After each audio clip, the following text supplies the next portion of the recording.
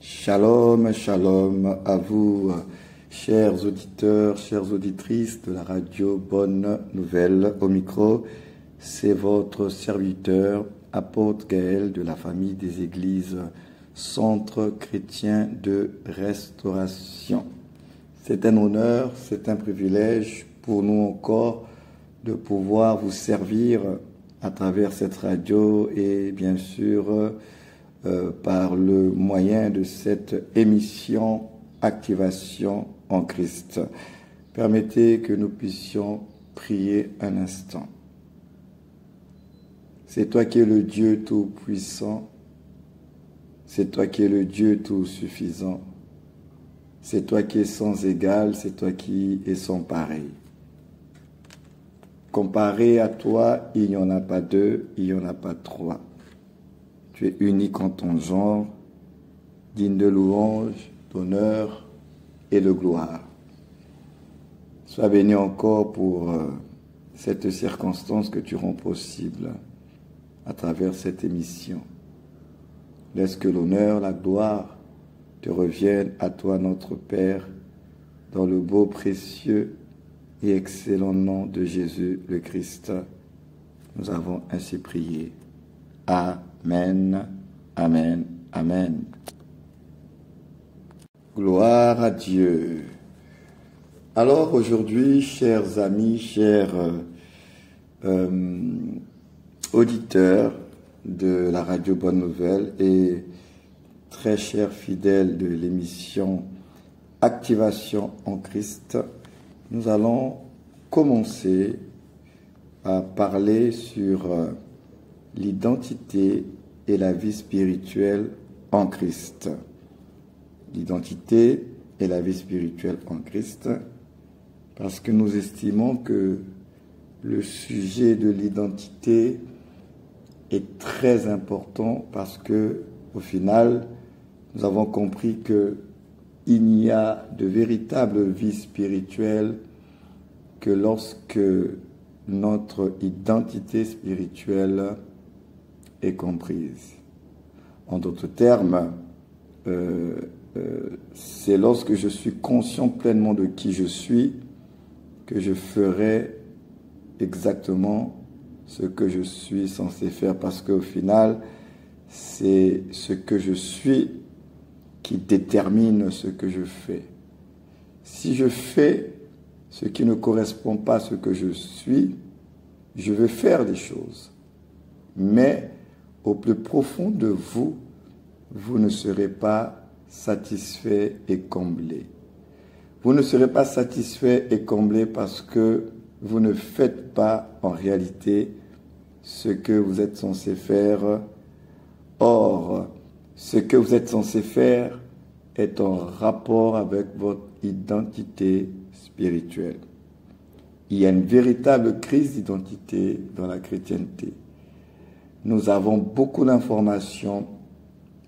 Alors c'est important que je précise que nous avons des informations au sujet de qui nous sommes.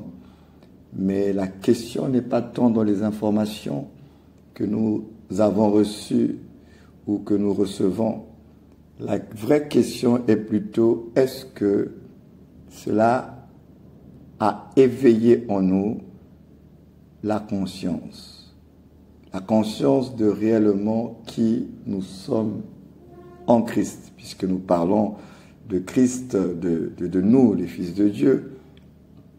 C'est pourquoi nous insistons sur le en Christ, parce qu'une chose est certaine, nous nous réalisons que en lui, c'est en Christ que nous nous réalisons, c'est en Christ que nous pouvons jouir de tous les bénéfices de l'œuvre de la croix. Donc, en réalité, tout l'épanouissement du croyant sauvé, né de Dieu, ça se passe en Christ.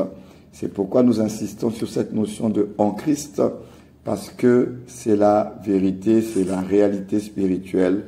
Tout se passe en Christ. Donc, nous devons absolument saisir, capter cette notion d'identité pour pouvoir faire et faire dans un état intérieur de satisfaction, parce que beaucoup parmi nous survivent en fait. Ils ne vivent pas. La vie, ils la prennent comme ça. Et puis les jours se ressemblent. Aucun plaisir, aucune joie, aucun véritable sens à leur vie. Tout simplement parce que soit ils n'ont pas découvert le vrai sens de leur identité en Christ, soit ils ont reçu beaucoup d'informations, mais cela n'a pas encore fait écho dans leur cœur, dans leur esprit. Ils n'ont pas encore la lumière, ils n'ont pas encore la révélation. À travers cette émission, nous voulons interpeller, nous voulons conseiller, nous voulons avertir, nous voulons encourager des hommes et des femmes à pouvoir réaliser que après avoir accepté le Seigneur, après avoir cru en son nom, la Bible dit qu'il nous a donné le pouvoir, le privilège, le droit de devenir enfants de Dieu. Et la Bible dit lesquels sont nés non pas de la volonté de la chair et du sang, mais de la volonté de Dieu. Nous sommes bien sûr dans l'évangile de Jean, chapitre 1er, versets 12 à 13. Donc ce passage nous révèle que lorsque nous acceptons Jésus-Christ, lorsque nous croyons en lui, en sa mort, en sa résurrection, nous recevons un droit, nous recevons un pouvoir, nous recevons un privilège qui va nous introduire dans un mystère qu'on appelle le mystère de la nouvelle création, qu'on appelle également le mystère de la nouvelle alliance. Et dans ce mystère de la nouvelle alliance ou de la nouvelle création, nous allons vivre un événement très très très fort, et cet événement, c'est bien entendu l'événement au sujet de la régénération de notre esprit. Nous étions des esprits morts, c'est-à-dire privés de la vie de Dieu et de la communion avec Dieu. Et par le moyen de la parole de Dieu que nous avons cru, cette parole a donné une nouvelle vie.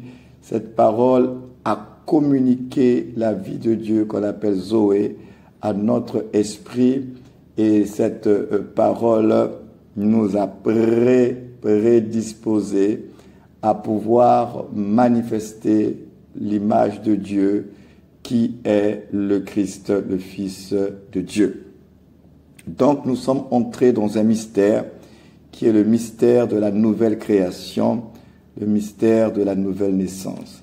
Ainsi, étant entrés dans ce mystère, la parole de Dieu nous dit que nous sommes devenus enfants de Dieu. Nous avons reçu ce droit, ce pouvoir, ce privilège. On devient enfant de Dieu. Et enfant de Dieu ici, c'est vraiment le stade d'abord primaire, comme un bébé qui naît dans une famille. Donc lorsque nous croyons, nous sommes comme des bébés, comme des enfants, avec tout le potentiel de devenir des adultes, avec tout le potentiel de devenir ce à quoi nous avons été destinés. Mais seulement, ce que nous devons comprendre, c'est que l'identité d'un enfant se communique, se transmet, s'explique. Il faut le lui révéler ou dévoiler. Vous avez remarqué que lorsqu'ils sont tout petits, ils ont une certaine conscience, c'est vrai, de leur être, mais notamment dans la conscience de leur être, c'est beaucoup plus l'aspect de leurs besoins.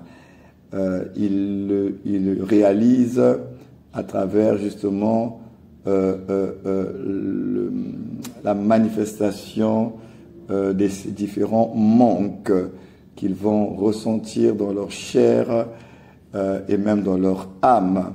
Et ça va être exprimé à travers des pleurs, des cris.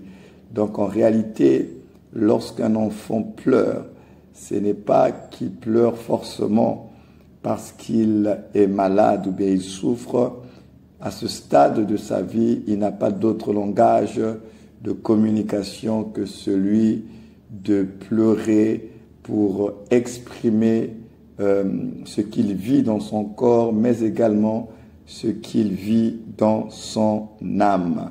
Donc, il est pleinement conscient, étant bébé, conscient lorsqu'il a faim, il le ressent dans son corps, il va pleurer pour manifester qu'il a faim.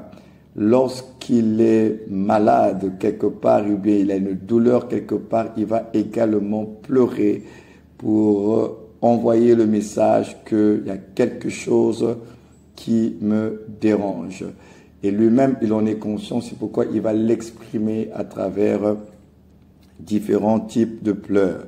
Donc, vous voyez bien qu'un enfant, lorsqu'il naît, il a cette conscience de ses besoins, que ce soit des besoins au niveau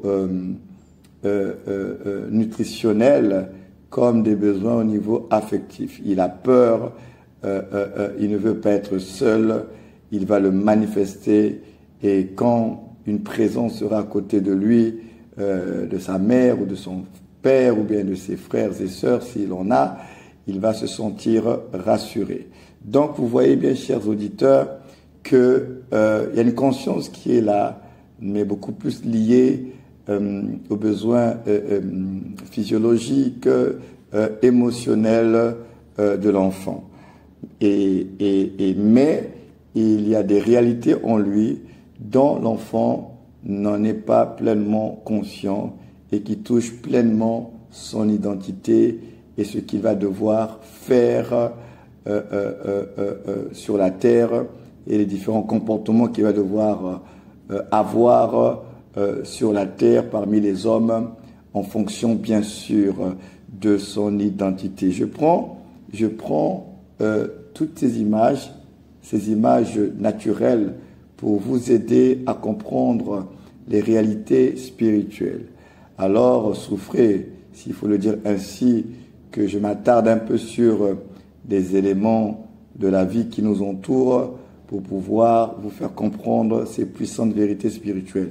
Dans tous les cas, cela a été en partie une des méthodes de notre Seigneur Jésus pour pouvoir enseigner les vérités spirituelles du royaume de Dieu à ses interlocuteurs, aux gens de son époque.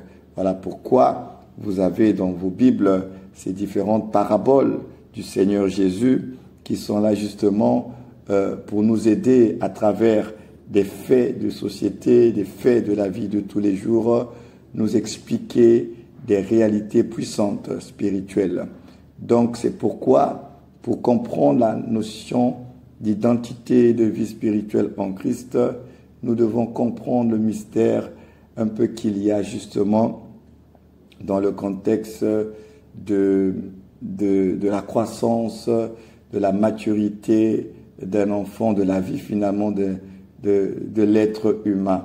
Donc nous disions que l'enfant, lorsqu'il naît, il n'a pas véritablement conscience de son identité. Il est d'abord confronté à ses besoins affectifs, ses besoins émotionnels, nutritionnels, et il va exprimer cela par des pleurs. Et il saura finalement que lorsque j'ai telle sensation, il faut que je mange. Mais comme il ne sait pas comment parler pour dire que j'ai faim, il faut que je mange, alors son seul langage de communication serait donc de pleurer. Lorsqu'il se sent mal, il a mal quelque part, pour pouvoir exprimer qu'il a mal, afin que vous puissiez le soulager, il va encore une fois utiliser un langage, ça va passer par les pleurs, la bouche. Donc, nous voyons bien que les premières étapes, les premiers moments de la vie d'un être humain vont se faire par cette conscience-là, d'abord de ses besoins. Mais ensuite, plus il va grandir, il va devoir grandir aussi dans la conscience de son être, de son identité, parce que c'est cette conscience de son être, de son identité, qui l'amènera à faire, à agir, à se comporter dans la société, parce que il va devoir justement produire un comportement qui soit adapté justement à ce qu'il est, à ce qu'il incarne, à ce qu'il représente. C'est pourquoi, lorsqu'il commence à grandir, si c'est un garçon, on va commencer à lui expliquer « Tu es un garçon et voilà ce que font les garçons. » Parce que lui, il ne sait pas en réalité ce que ça veut dire être un garçon. Il ne sait pas en réalité comment doit fonctionner un garçon, que ce soit la même chose pour les filles aussi. Elles ne savent pas. Bien sûr que par l'observation, lorsque deux enfants se retrouvent, des tout petits enfants se retrouvent, ils voient bien que l'autre qui est en face de lui est différent. Ça au moins c'est une évidence à travers leurs cinq sens, notamment la vue. Ils voient bien le garçon que la fille, elle est différente de lui, qu'elle n'a pas forcément les mêmes organes que lui et vice versa. Il y a cette découverte, il y a aussi cette curiosité, mais pourquoi il ou elle est différent ou différente de moi? Du point de vue visuel, ils voient, ils constatent effectivement une différence, mais ils ne comprennent pas le pourquoi de cette différence et comment finalement chacun dans cette différence doit se comporter. C'est pourquoi il faut que les parents, les instructeurs, les professeurs puissent intervenir pour expliquer à chaque enfant comment il doit se comporter. Au final, leur expliquer que ce comportement qu'ils doivent avoir est en réalité rattaché à ce qu'ils sont. Les garçons ne font pas comme les filles. C'est parce que je suis un garçon que je dois par exemple aller aux toilettes et puis faire mes besoins en étant debout. Je ne peux pas le faire assis, ça c'est pour d'autres besoins. Mais les filles, c'est pas pareil. Même chose, lorsqu'ils sont tout petits, ils peuvent jouer, prendre le bain ensemble. Il n'y a aucune conscience encore de l'identité, même sexuelle de l'autre.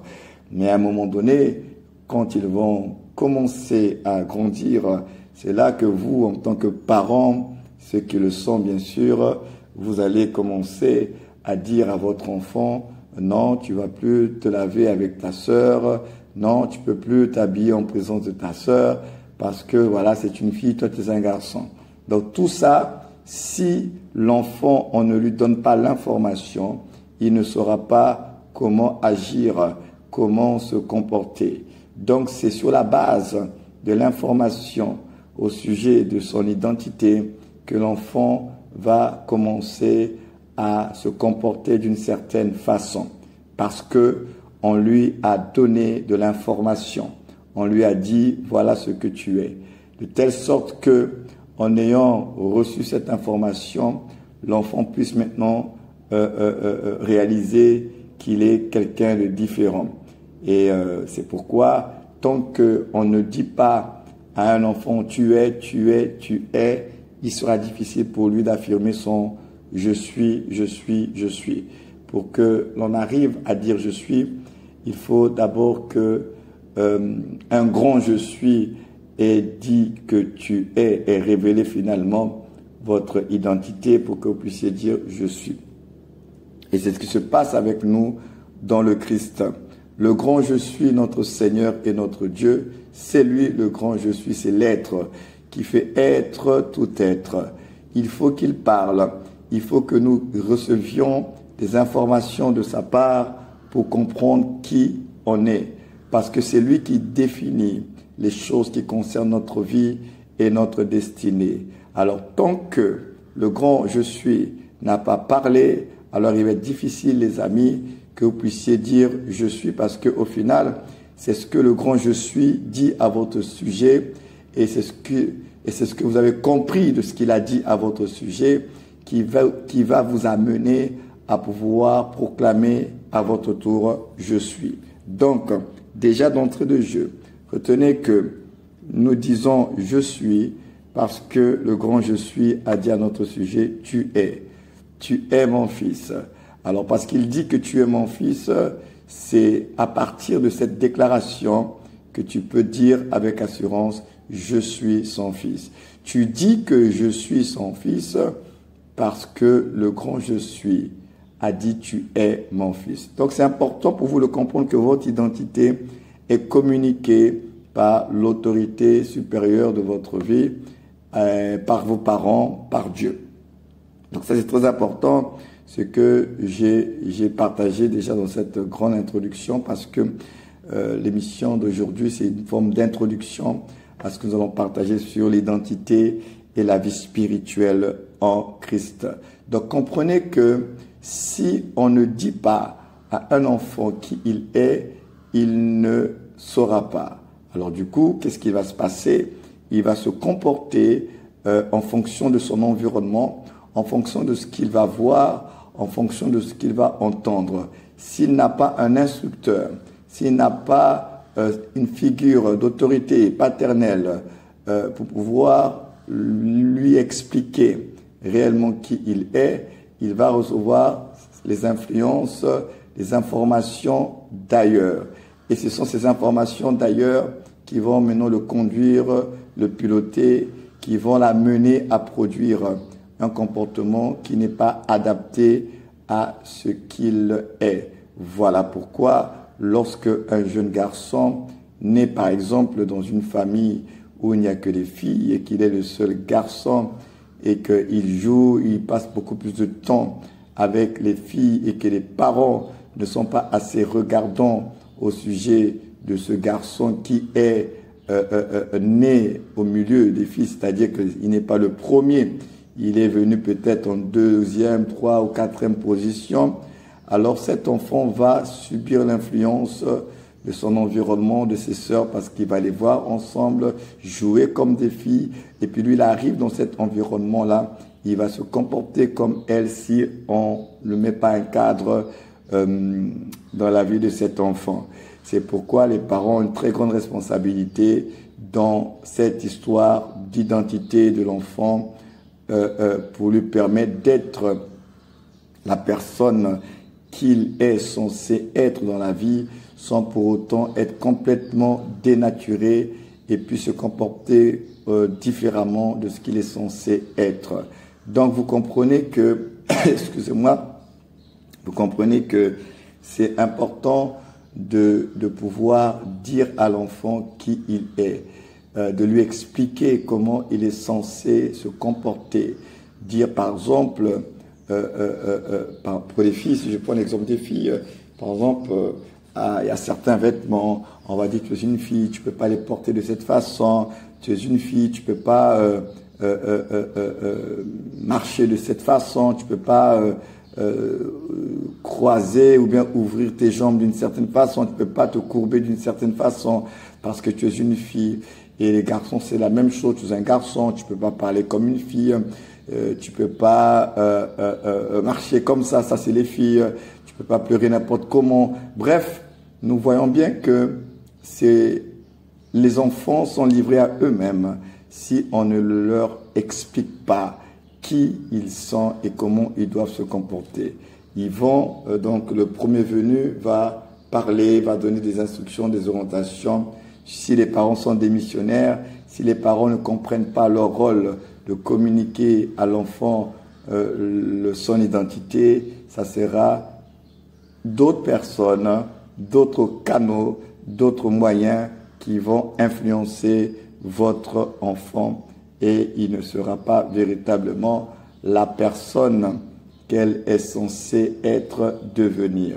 Donc en Christ, comprenez chers auditeurs, que si Dieu ne vous parle pas, si vous n'avez pas des informations au sujet de qui vous êtes, qu'est-ce que ça veut dire être un fils de Dieu, qu'est-ce que ça veut dire être un enfant de Dieu, alors vous allez vivre votre vie chrétienne par de l'improvisation. Vous allez vivre votre vie chrétienne peut-être en regardant à droite et à gauche comment certaines personnes font. Et c'est là où vous risquerez de tomber peut-être sur des mauvais modèles, parce que ce sont des personnes qui étaient dans la foi avant vous. Mais ces personnes qui étaient dans la foi avant vous ne sont pas forcément des modèles. Ce sont les chrétiens de nom, mais qui vivent peut-être comme des incroyants.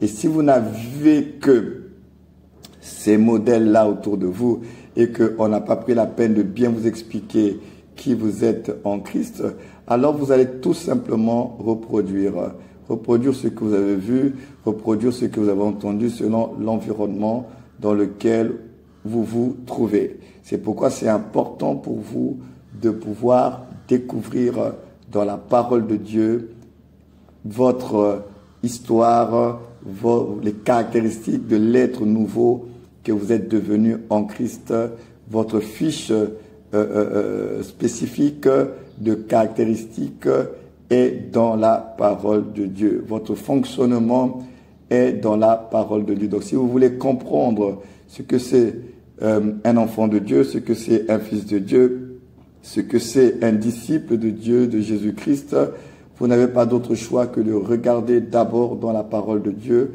pour pouvoir avoir la bonne information. J'insiste là-dessus. La bonne information, c'est dans la parole de Dieu. Voilà pourquoi, lorsque nous disons aux chrétiens de lire, de méditer la parole de Dieu, ce n'est pas juste pour que vous en fassiez un simple devoir religieux. C'est parce que, par le moyen de la lecture et de la méditation de la parole de Dieu, vous allez découvrir des informations, des vérités au sujet de votre identité. En fait, vous allez découvrir ce que le grand je suis dit à votre sujet. Tu es ceci, tu as reçu cela, tu es ceci, tu as reçu cela. En lui, vous avez reçu, vous avez été. Donc c'est important pour vous de comprendre que ça parle de vous, ça parle de votre homme spirituel, ça parle de la nouvelle création que vous êtes devenu dans le Christ. Donc, chers auditeurs, n'oubliez pas dans cette introduction que l'identité ne se manifeste pas automatiquement. L'identité d'une personne, il faut lui révéler, il faut qu'elle en saisisse toutes les informations pour se comporter proportionnellement aux informations que la personne a reçues. Et on reçu les informations sur l'identité, voilà comment fonctionnent les hommes, voilà comment fonctionnent les femmes, alors ça va produire un comportement. La prise de conscience de son identité produira le comportement rattaché à cette identité et bien entendu, cela va préserver l'enfant de toute forme de confusion comportementale. Donc nous allons continuer sur cette thématique au sujet de l'identité du croyant parce que nous estimons que c'est très important que les enfants de Dieu sachent qui ils sont en Christ et ce qu'ils sont censés faire en Christ. Parce que ne l'oubliez pas, c'est ce que vous êtes qui détermine ce que vous faites. Mais si ce que vous êtes est flou et confus, vous ne saurez pas exactement ce que vous allez faire parce que à la base, votre identité est confuse. Puisse Dieu vous aider à saisir, à capter toutes ces choses et que la paix de Jésus-Christ qui surpasse toute intelligence soit votre partage. Je vous dis à très bientôt dans votre émission Activation en Christ et encore une fois, Shalom, Shalom.